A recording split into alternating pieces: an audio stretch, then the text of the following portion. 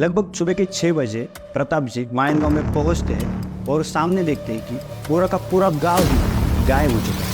और मायन गांव एक ऐसा अकेला एग्जाम्पल नहीं है जिससे ये पता चलता है कि नेचर के साथ हमें खिलवाड़ नहीं करनी चाहिए। किसी को भी कुछ समझ आए उससे पहले ही पहाड़ का एक हिस्सा पूरा के पूरे गांव के ऊपर आ जाता है।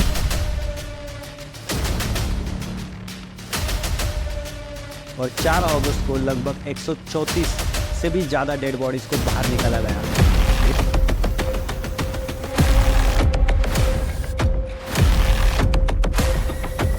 लेकिन सामने जब 30 फीट का पहाड़ हो तब कोई क्या मदद करेगा। कुछ ही मिनटों में पूरा का पूरा गांव दफन हो गया।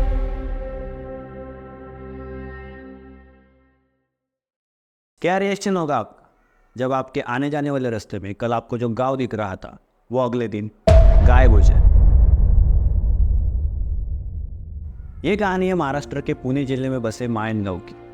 साल 2014। प्रताप काळे जो कि महाराष्ट्र स्टेट ट्रांसपोर्ट के बस ड्राइवर है, 30 जुलाई के सुबह अहोपे गांव से आप मंचर की तरफ अपना सफर चालू करते हैं। प्रताप जी इस काम को पिछले 20 सालों से करते आ रहे हैं। उसी रास्ते से उनका आना जाना लगा रहता था। मायन गांव में भी उनके बहुत से लोगों के साथ अच्छे रिलेशन, यहाँ तक कि कोई रिलेटिव ना होने के बावजूद भी मायन गांव के लोगों के साथ खाना खाना उनके लिए एक आम बात। कई बार तो रात के समय में प्रताप जी बस को बेझिझक मायन गांव में पार्क कर देते थे। लेकिन मायन गांव में उस दिन प्रताप जी ने जो देखा वो शायद वो आज तक नहीं भूल सकते। 30 जुलाई की सुबह बारिश का मौसम था। पिछले 2 दिनों से लगातार बारिश हुई। अर्ली मॉर्निंग प्रताप जी मंचर की तरफ अपना सफर कंटिन्यू करते हैं। उस वक्त अहोपे गांव के एक इंसान ने उन्हें बताया था कि आगे लैंडस्लाइड हुआ है, प्रताप जी थोड़ा संभाल के जाना। लेकिन ये जो आने जाने वाला रास्ता था उसके बीच में बहुत से गांव बसे हुए थे।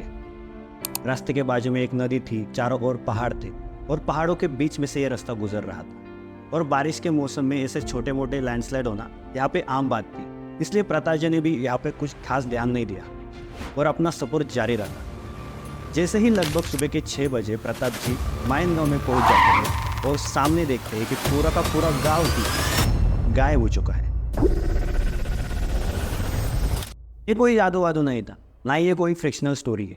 ये है असली पावर नेचर की। एक रात में ही पूरा का पूरा गांव मिट्टी में दफन हो गया। 30 जुलाई की सुबह होने से पहले ही जब आधे से भी ज्यादा लोग अपनी मीठी नींद में सो रहे थे तब एक भारी आवाज आती। गांव के सामने जो पहाड़ था उसका एक बड़ा हिस्सा खिसक जाता है। एक बहुत बड़ा ढेर, उसमें बड़े बड़े पत्थर, पेड़, मिट्टी का पानी, ये सब मिलाकर जो मलबा बना था वो गांव की तरफ आने लगता है। किसी को भी कुछ समझ आए उससे पहले ही पहाड़ का एक हिस्सा पूरा के पूरे गांव के ऊपर आ जाता है।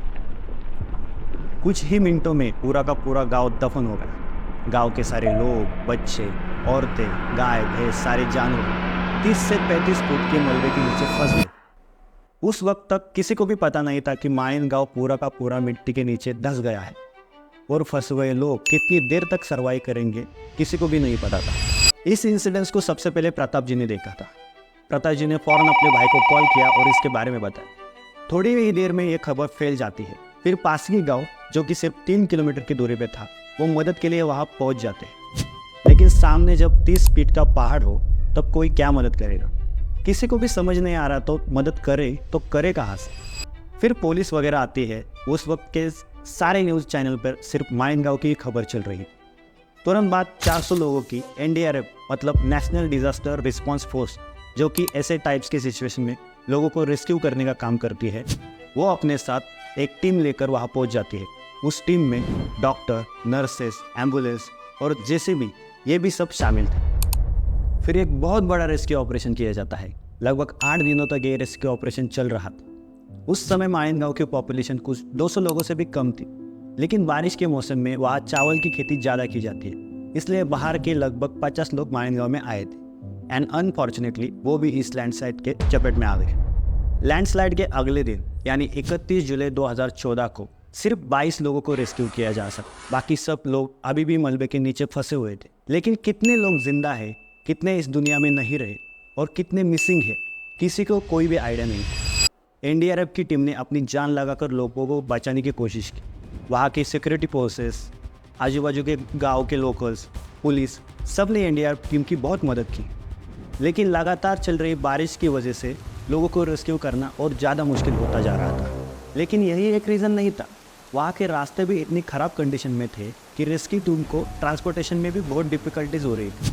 जो मलबा निकल रहा था, जिन लोगों को रेस्क्यू किया गया था, जिन लोगों की डेथ हो चुकी थी, उनको ले जाने में भी बहुत डिफ़िकल्टीज़ हो रही थी। फिर भी किसी ने हार नहीं मानी। एनडीआरएफ की टीम ने लगातार खुदाई चालू रखी। दिन से लेकर रात तक सब लोग माइनगांव के लोगों को बचाने की कोशिश कर रहे थे।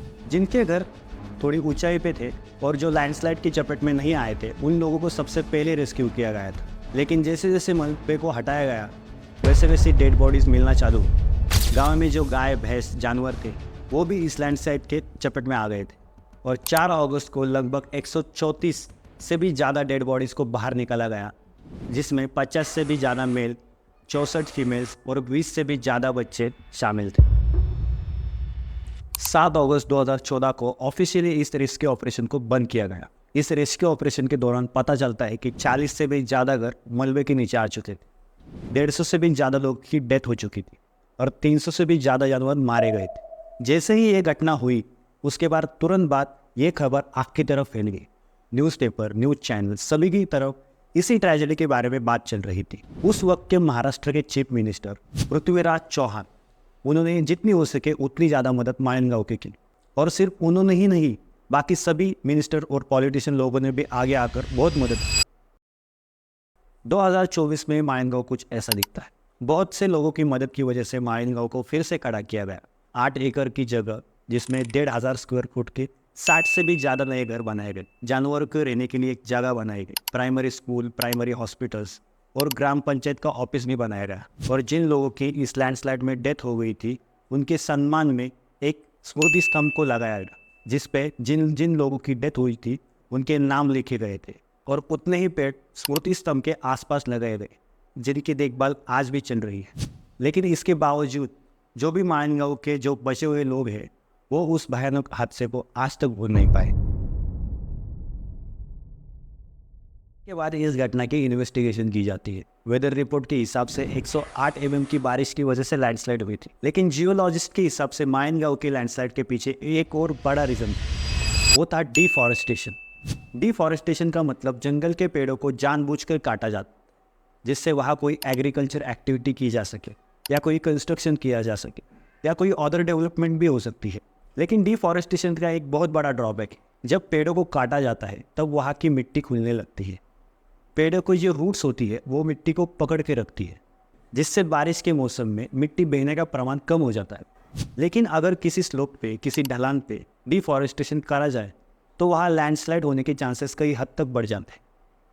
माइनगांव के लोगों ने भी वहाँ के जो सामने पहाड़ था, वहाँ खेती के लिए बहुत से पेड़ों को जड़ से उखाड़ दिया था, जिसके कारण जब जोरदार बारिश हुई तब वहाँ की मिट्टी आसानी से खिसकी और मिट्टी, पानी, पत्थर, पेड़ों से बना बहुत बड़ा मलबा माइनगांव के ऊपर आ गया। लैंडस्लाइड का और एक रीज़न था, वहाँ पे जो कंस्ट्रक्शन एक्टिविटी चल रही थी वो किसी भी प्रकार की केयरफुल एनालिसिस के बिना चल रही थी।